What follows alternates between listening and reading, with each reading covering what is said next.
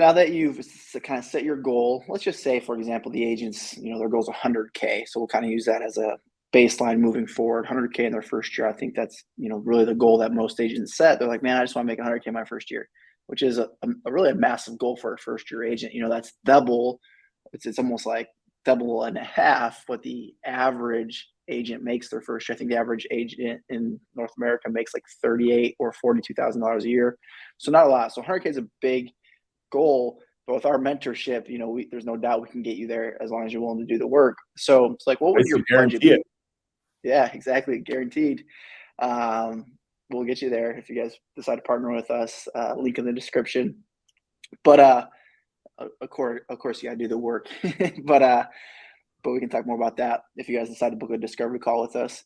So now that we have your brokerage, we have your goal established, let's talk about like budget, because this is going to set the framework for what type of lead generation they can be doing. So if you decide to go the team route, you're not going to need a budget. So that's a great option if you have zero budget and you also want maybe some hand holding.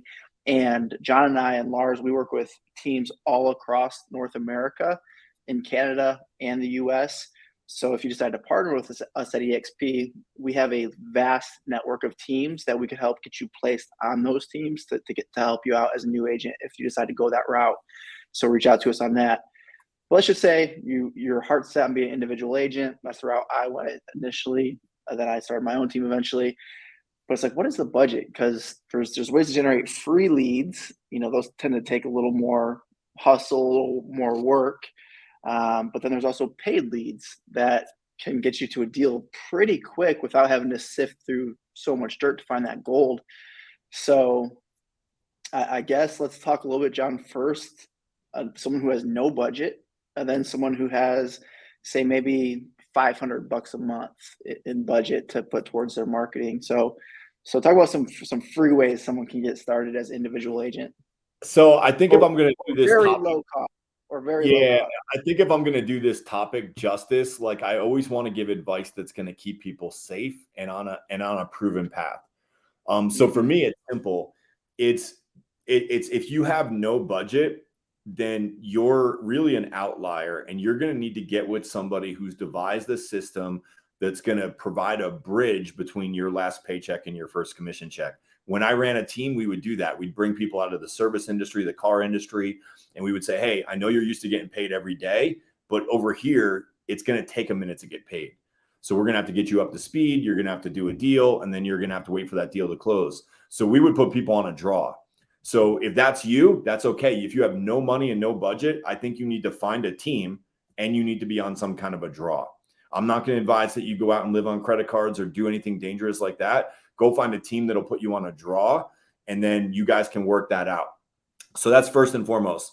If you come into this and you say, hey, I have a limited budget would look like probably $2,500 to get started, which is going to be your real estate classes fee. It's going to be your upfront MLS fee to get access to the MLS, which you're going to need to get your lockbox key, your basic requirements to being a licensed realtor. And that's before you even choose what brokerage you're at. And then I think you're going to need 90 days of runway, meaning 90 days of whatever your monthly bills are. You have to have that set aside to get started, unless you're going to have somebody bridge that gap for you. So if you're going to do that and you have 90 days and that's all you have is 90 days plus 2,500, then I think you need to join a team, whether you want to or not.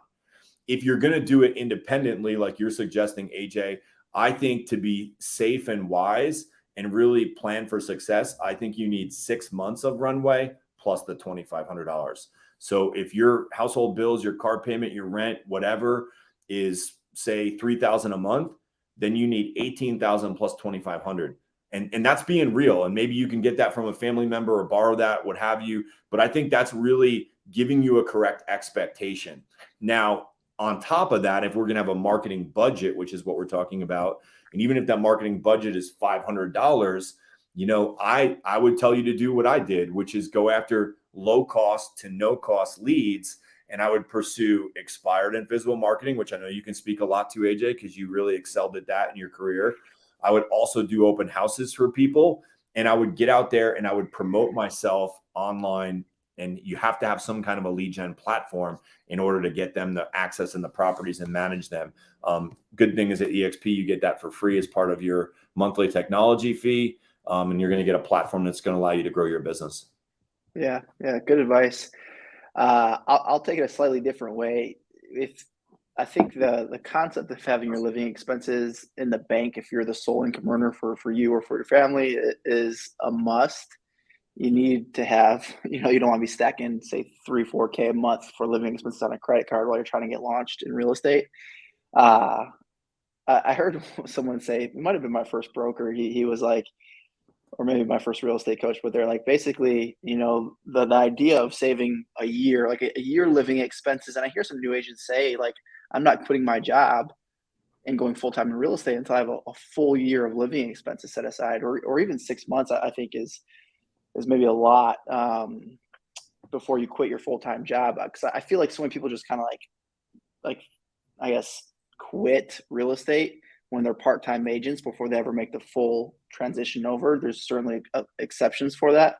I know I just see a lot of agents when real estate really is their plan B because they still have a full time job that's taking the majority of their time and energy, then they never succeed with their real estate career. But if you were looking to get started, like day one, individual agent, you had say 90 days living expenses in the bank. So back to the mentor real quick, or my original broker or coach, whatever. They said once you get to the end, so basically you're not really working that hard until that 90 days is up or that 180 days is up and your savings is depleted. Then your back's against the wall. Then you start making the lead generation calls and prospecting, and your business starts to take off. It's like that was true for me too. It was like after 6 months of like not really going all in, and I saw like savings being depleted. I saw not a very bright future. I was like, okay, the time is now. Let's go. So if you're like, all right, the time is now. Let's go. Then, and you have zero budget aside from what you're paying for living expenses, I'd be like, I would go so hard on open houses and door knocking. So open houses for other agents in your market, maybe other agents in your office or at your brokerage, and then just door knocking for expireds, for sale by owners. You can find both those on the MLS. You don't need to pay anything for that because you're already paying for the MLS. And then also when you're doing open houses, you can door knock all the houses around that open house. Let them know that you're doing an open house, so they see you're actually working, more than just sticking a sign in the yard. And you can say, hey, by the way, come by, check it out. And by the way, when do you plan on selling your home? And they might say, well, actually, we're actually thinking about doing that this summer or whatever. So those would be absolute free ways. You can also get buyer leads from Facebook groups, but you do need a platform like John mentioned through EXP. It's including your monthly costs, so you can do that. We have landing pages and all that are included, so you can make a landing page, post properties in Facebook groups like online garage sale type groups, and there's training inside our brokerage every week live on this type of stuff. So those are absolute free leads. And then if you got a little budget, I always say get something like RedX and then just start calling, hitting the phones, FSBOs, expireds. I was able to go from selling just 6 houses my first year. Somehow I got rookie of the year at Keller Williams selling 6 houses, made pretty much no money.